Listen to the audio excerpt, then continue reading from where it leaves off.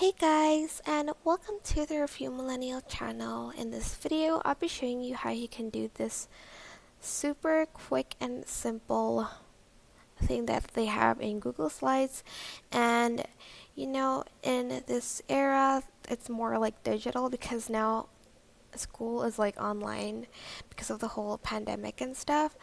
But we used to have laser pointers at school to like show like the specific information, but now we do presentation online. And to do that, I'm just going to go to slideshow, and to have this like pointer thing on, just press L on your keyboard and this will show up.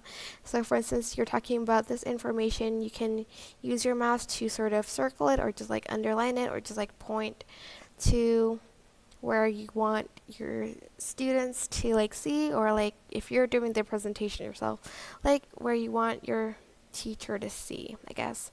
That is basically it. This tutorial is super simple and easy. I hope this tutorial was helpful though. Don't forget to like, comment, share, and also subscribe to this channel if you haven't done that. If you have any questions, just leave it in the comment section down below, and I will try my best to answer them all. Thank you so much for watching. Bye!